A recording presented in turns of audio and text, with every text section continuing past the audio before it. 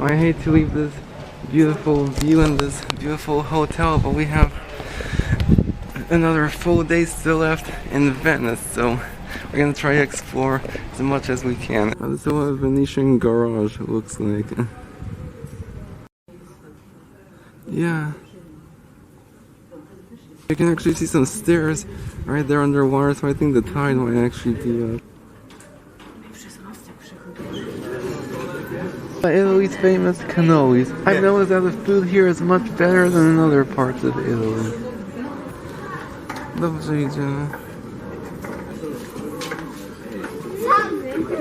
One cool thing about spending the night is you get to experience the city morning routine.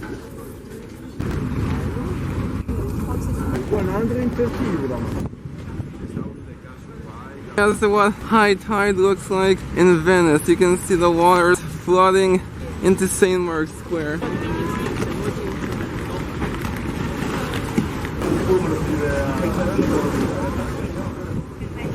I truly feel it's fate that brought me here at this particular time, as the city plans to impose a new tourist tax and a reservation system starting in January.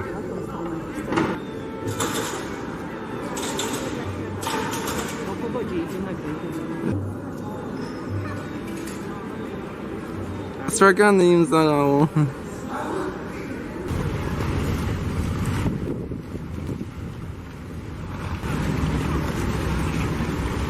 Yeah, people often forget that Venice is a regular functioning city where people live and work and conduct everyday life. And here you can see some people unloading produce, of course delivered by boat. Deliveries are often a challenge though, as houses are numbered by districts and not streets. So people usually just give the nearest shop or monument. It's not like the ancient Romans who placed symbols representing different types of businesses for illiterate. But I don't think the city that produced the first female graduate needs that kind of help. Though it might not be that way for much longer, as some experts estimate that the city might become a ghost town by 2030. And this is the reason, right? The city is actually sinking at a rate of 1 to 2 millimeters per year. So it is likely that Venice will someday become the next Atlantis. I'll be 100% honest, I thought Venice would be an overrated tourist trap, with smelly canals, crumbling buildings, and rude locals. None of that was true. This really is the most beautiful city on earth. No other city like this will ever be built again. It is a place that should be on everyone's bucket list, and it's 100% worth saving. I reflect on my short time in Venice as I set sail for the Lagoon Islands.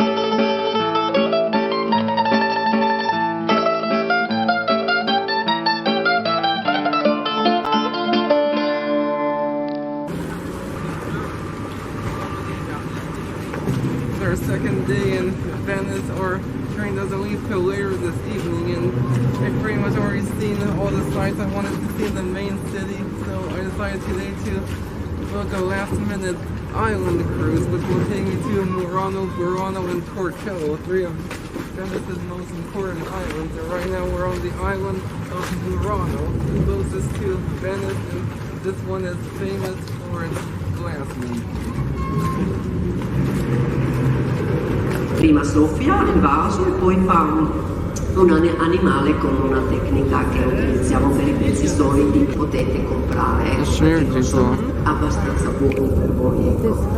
Temperatura normalmente di lavorazione è da 1000 a 500 gradi, dopodiché il vetro si solidifica e quindi sabbia silicea, soda, calcio e potassa sono gli ingredienti, vengono aggiunti vari ossidi di minerale, quindi è una reazione chimica che rende il vetro colorato. Adesso è attenzione, noi durante il weekend, during the weekend we have old masters, retired masters that we call because no young people will come to make the demonstration since there's no production during the weekend. So Normally, we do have during the week here the production for souvenir pieces that you find small items like vases and animal figurines. Gas oven that makes a good glass, but just an electric oven, you know, to maintain the cost, and that doesn't make so good glass. So these pieces won't be cooled down later. Allora, adesso. And now the different colors you see in the glass are actually due to different minerals that they add. And you're actually not allowed to take pictures in the shops, museums, or showcases because they're afraid that someone will copy the pieces.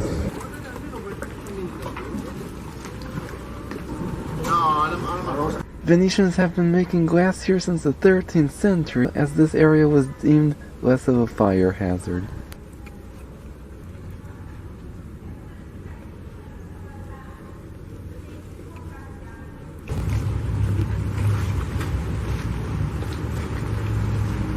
I actually read that this island is a great place to come if you want to experience the real Venice. The tour takes about 4.5 hours and it costs about $25, which is the price of just the regular ferry ticket to Burano, so I think this is more worth it even though you don't get as much time. And then on the way back you can either get off at St. Mark's Square or go directly to the train station. I was just a little confused because our cruise wasn't supposed to leave till 11, but it left at 10:30, so I don't know, I'll see where we end up.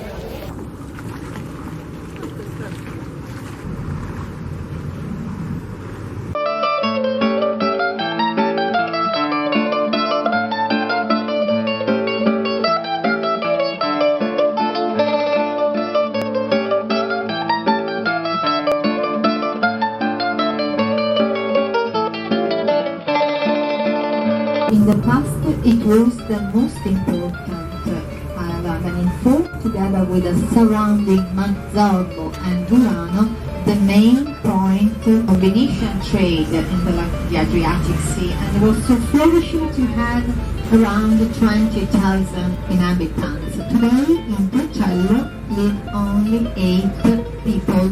Attila, the king of the barbarians, but it was a legend. Actually, it was the bishop's throne. Torcello is the eldest insula della laguna in the Afghan.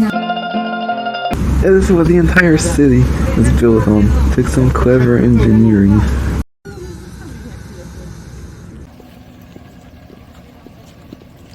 We're on the island of Torcello. As you can see, not much going on. This island is just mostly noteworthy for being the first place that was settled, so more of a place you come if you're a history lover and want to experience the true, traditional and authentic side of the Venice movement.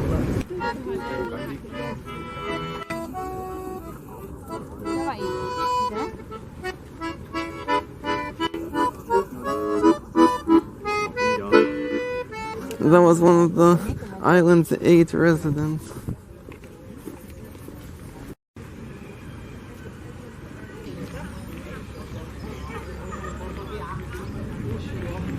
And here we have the Torcello town square.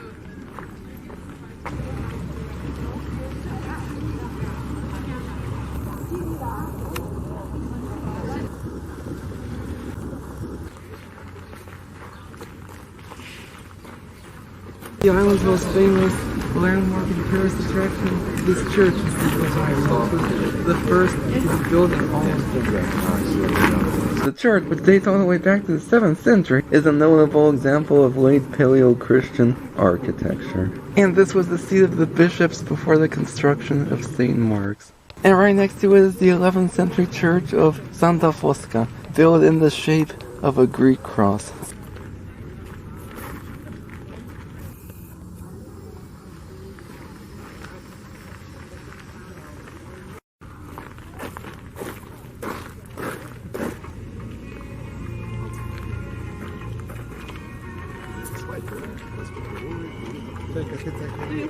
Nice to see a little bit of the wild Venice.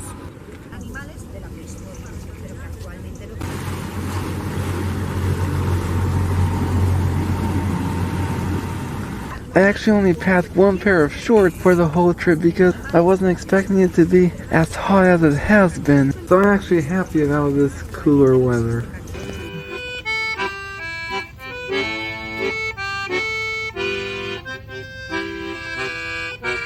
It was like the connection from United States was so bad. And we decided to go to Rome and come back here like this. My one complaint about this tour is that the stops are way too rushed. Honestly, it wouldn't have been my first choice, but I've been wanting to come to Italy for so long, so I want to see as much of the country as possible.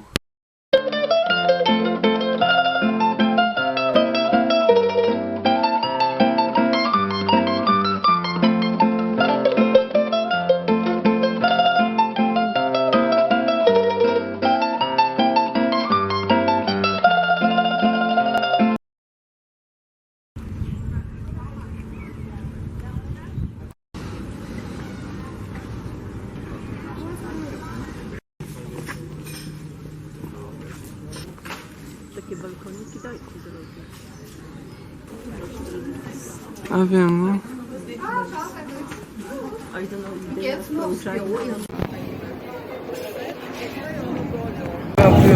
just arrived on the island of Burano, the most famous and most beautiful of the Venice Lagoon Islands, and in fact it's often called the mini Venice because you can see small canals right here, but the buildings here have much more vibrant colors, and in fact I once heard it's called the most colorful city in the world.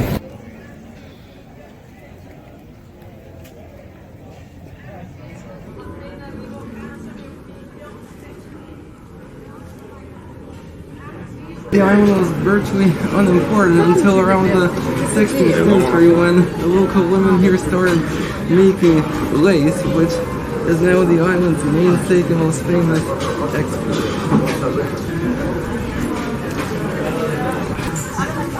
Now, it wasn't until around the fall of the Venetian Empire that fishermen started settling here, turning it into a fishing community. Today it holds around 2,000 people. And you see all around the island are these beautifully painted houses in these bright, vivid colors. And the local legend says, and the local tour guide like to tell you that they were actually painted by fishermen who are coming back in the winter fog and couldn't find their houses. But there's actually a different reason to why they look like this that's maybe even more interesting.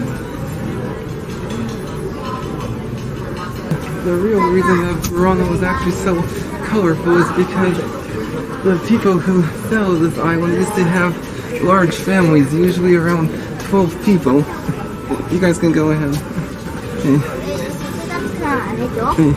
And what they would actually do is they would actually extend their living space to include the outside, so they would often have like seating and even like hang out, cook and eat over here. And they actually started painting their houses to sort of mark their territory and feel like this is my space, this is my neighbor's space. And it sort of became a trend and turned into this beautiful city you see today. And before you used to actually only be able to paint your house certain colors. Now they allow people to paint them whatever color they want as long as it's not the same color as their neighbor's house. And as with everything, there were certain colors that were trendy and then not trendy, like pink was really popular in the 90s. The colors here are definitely more vibrant, but the buildings in Venice were taller and more ornate.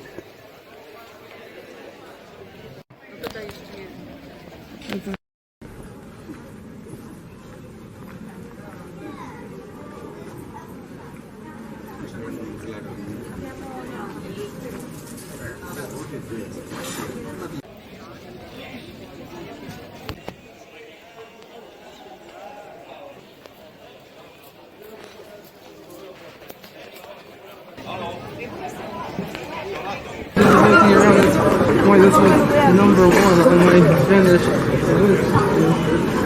Beautiful as Venice is, this is something that definitely shouldn't be missed. It has like a really different charm of its own. Although this tour was a bit messy, it was definitely the right decision, because I know I would have regretted not coming. I'd rather see it quickly than not see it at all. They definitely did save the best for last on this tour. Wow.